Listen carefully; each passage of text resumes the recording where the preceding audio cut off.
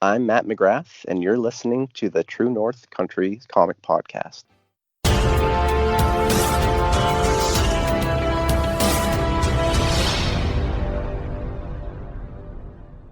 Welcome to the True North Country Comics Podcast, dedicated to promote Canadian comic book creators and supporters. It's September 3rd, 2020. I'm John Swinimer.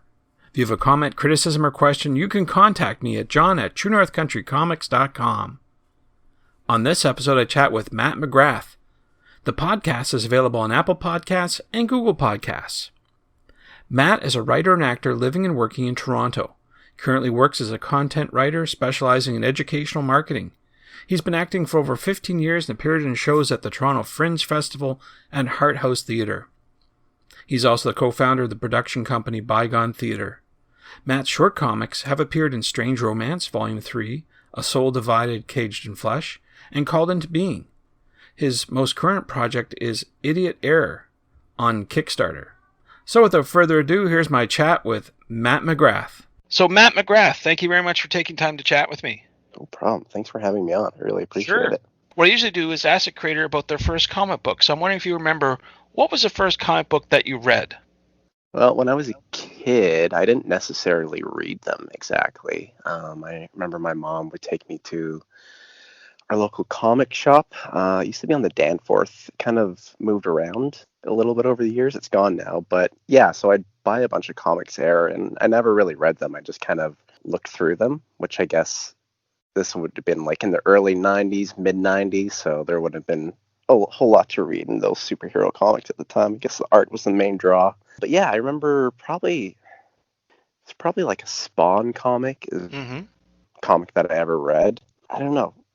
From a really young age, I was really, really drawn to that character for some reason. I guess it tells a lot about me as, an 8-year-old child. I was drawn to this demon character. The one that really stands out to me the most is, I can't remember what issue of Spawn it was, but it was drawn by Greg Capullo and written by Todd, probably. It is about the villain, the Freak. I don't know if you remember him. But anyways, like it was just like he's like going through this long monologue, the entire issue. And then when you get to the end of the issue, you see like Spawn's body kind of hung up on a wall, and he's got riddled with bullets, and he's been decapitated. And I remember it upset me so much that I didn't read like another comic for years and years after that. Wow. Yeah. Oh my. Yeah. But now, like I always think about that when I think about Greg Capullo, because he kind of turned me off comics for a little bit when I was a kid, but now he's, of course, one of my favorite artists working in the business. Yeah. Cool. Yeah. So that leads me to my next question. Who or what inspires you to create? Or where do you find inspiration? You know what? I guess like thinking recently, maybe it's somebody like Ed Brubaker that really kind of create. Like I just got his comic now, Pulp. I haven't gone through it yet, but I've heard really great things, and everything he does with Sean Phillips is just like the way he writes his characters, the way he kind of spins his plot, and every kind of uses every bit of the buffalo in terms of story material. And yeah, just like it kind of almost seems like magic the way he's able to craft and tell a story. So like he's a really big inspiration, especially in comics for me. Yeah, him, and I'd say probably, I guess Matt Fraction and Chip Zdarsky would be another pretty huge inspiration for me. Just the way they build character. And I mean, I just the other day finished Sex Criminals. I think it was the last issue, and it's just like such an amazing achievement in the way they could tell like such a funny and kind of really off the wall goofy story, but still make it very, very human and down to earth. Yeah, just whenever I read these comics, and basically anything, when I see a movie or a TV series, and it just, the people that make it look so effortless and easy to write these things is what I really admire, because I know behind the scenes the way they make it effortless is completely not the case at all. It's painful and painstaking, and they probably spend hours and hours trying to get one scene just to be right, but the way it works on the screen or on the page, it just works so well. It's I guess that's what inspires me. Cool, and that makes Kind you of want to my do your own stuff, that's for sure.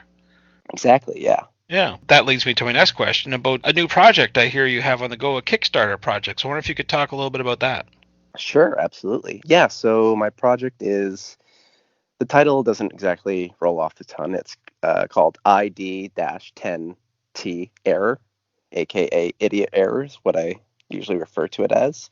And yeah, so this is an idea I've had, I don't know, going back 10 years now. I think I first had the idea when I was in college, and it's always kind of been in the back of my mind for so many years and didn't really have a exact kind of shape for the story or who the characters were going to be. I just kind of had this high concept of what it was in my mind. And yeah, at first it was going to be like when I was in college, I was more into film, so I wanted to make it into a short film. And then later on, I thought maybe I'd make it like a one act play. And then pretty recently, about 2 years ago, I decided it would be a comic. And once I kind of came to that realization, I sat down and actually wrote the thing. So, what the idea is, it's about a kind of loser, lonely computer programmer, computer engineer who spent, years and years of his life kind of secluding himself, neglecting family, friends, everything, trying to build this artificial intelligent robot. And the only reason that he's doing this is because he wants to destroy it immediately and, yeah, torture it. And so the conceit of the story is once the story starts when his creation comes online for the first time and gains consciousness. As soon as he's born, he's confronted with his death. So the robot immediately wants to try and survive and escape this kind of his lunatic creator. And then, yeah, that's where the story goes from there. It's kind of a comedy, science fiction, revenge thriller, a little Hmm. bit of kind of like a cat and mouse game, too, between the creation and the creator. It's a digital comic, 32 pages, full color, and yeah, it's just a kind of very short. I like to call it like chamber comic. It just takes place in one location about this robot trying to survive and escape. Oh, it And sounds pretty cool. yeah, Yeah. it's you know what the really high concept of it is treated as like I use it as like a end of second act reveal. So I can't really give away like the really nice, juicy, kind of marketable high concept of it if I don't want to kind of spoil the comic Oh itself. yeah. So Don't do that now. yeah. So it leaves me at a disadvantage for marketing purposes because I think it's kind of a funny concept, but reading experience, I think it'll be a lot of fun. Sure. So who's helping you on this book? So it's me writing it, and then the artist is named Otavio Calino. He's an artist from Brazil that I met online about yeah, I don't know, maybe almost 2 years ago now. So colors is Kay Baird, and then doing letters is Frank Svetkovic. That's the whole team. Cool. Now, typically with Kickstarters, there's incentives and that sort of thing to keep people engaged and Yes. on board. Any incentives you wanted to talk about? Sure, yeah. So the basic incentive is, like I said, it's just a digital comic, so there's no print copies. So for $7 Canadian or $5 American, you can just get the book, the full 32-page book. And then for a couple of dollars more, what we're going to do is we'll have what I call the Digital Plus edition. So that'll be the comic, 32-page comic, plus another 12 pages of back matter about like my process. There's a bunch of character sketches that we kind of went through to get both the characters right. You'll see like Otavio's thumbnails that he did, and yeah, probably some other stuff too. Third tier is a comics bundle, so it'll be the Digital Plus edition plus three other short comics that I've done throughout my career. So an additional 24 pages of comics. The next one is a digital commission that you can use for your social media. So Atavio will draw your headshot basically, and you can use that on social media. And then the next two ones are really cool, I think. There's one that for $40 you can be drawn into the comic from the shoulders up. And then for $70 you can be drawn into the comic your entire body. And then the last one, the kind of big ticket item is getting an original page from the comic drawn by Otavio. Wow, sounds Yeah. cool. Good Hmm. stuff. Now you touched on process there a wee bit, so I'm wondering if you could talk me through how you go from initial concept, and not just on this project, but in general, initial concept to finished page. With like my kind of projects like these, or my kind of own personal projects, it's usually a very lengthy process. I usually get an idea, kind of like a high concept, cool idea, and then it kind of gestates in my brain for God knows years and years and years and years and years, just kind of in the back of my mind, like, oh, I should do that one of these days. And then I'll take on many, many forms. And finally, one day, something will just click in my brain where, I want to sit down and actually write it. And then from there, it's the kind of brainstorming process I usually like to do with pen and paper. So when I'm trying to figure out, what's the story, the plot points, the beat points, who are my characters, what are their motivations, that's usually all written down on a piece of paper. It's usually very kind of stream of consciousness where I'm just kind of writing whatever's coming to mind. Yeah, I usually like kind of ask myself questions, write down questions to myself, like why does this person want that, or things like that, and try and work through those questions on the page. And then from there, I usually try and outline the story. And typically, I'll get maybe like halfway through a very detailed outline where I'll kind of get to a point where I get bored of outlining and I'll just decide that I want to actually sit down and write the comic itself. So yeah, then I'll start writing the page by page. I'll usually just do all the panel descriptions first and kind of circle back on dialogue a little bit later because that's what I really have a lot of trouble with. And yeah, I think like the actual writing part of it is kind of the most painful. So favorite part is usually the editing process where I can kind of go back and, when I'm actually writing, I'm just trying to get the thing done. I'm not exactly worried about it being good in the moment. I'm just worried about it getting done and getting on to the page and existing.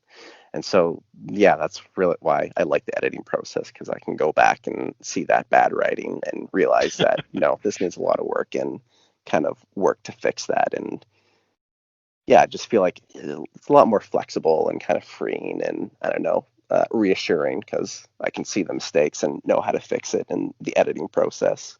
The writing process never really ends until the thing's done. Like with Idiot Error, I wrote it like a year ago, actually 2 years ago, probably at this point, and just looking at the script, like there's still things that I want to change. Like it's mostly drawn now, but lots of dialogue stuff I'll need to change. So yeah, it's almost a never-ending process until it's all finished and done and sent off.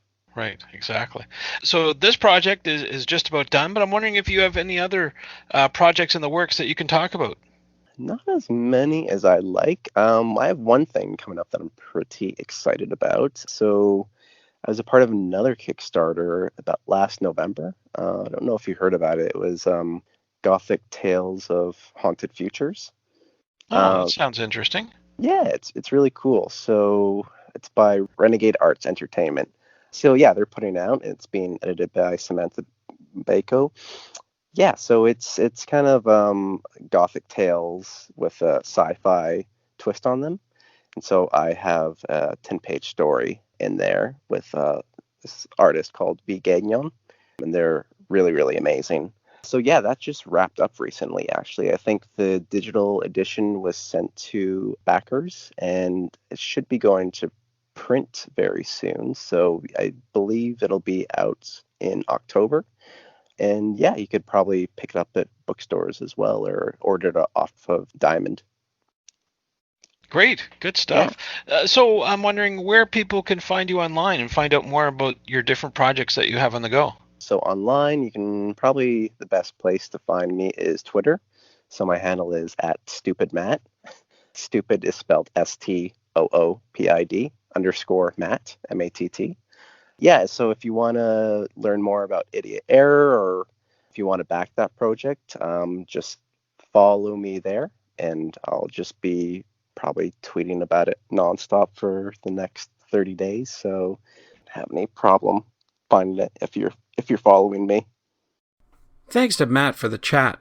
You can discover more about Matt on Twitter at StoopidMatt, and that's STOOPID_MATT, and online at MatthewTMcGrath.wixsite.com. And thanks to you for listening to the True North Country Comics podcast. If you haven't done so already, please subscribe to and like this podcast on Apple Podcasts, and please leave a good rating. Also, check out the TrueNorthCountryComics.com website and follow along on Twitter at TrueNorthComics. Please send your feedback to John at TrueNorthCountryComics.com. Thanks again for listening, and come back soon for another episode. Bye for now. True North Country Comics Podcast is copyright True North Country Comics, copyright 2020.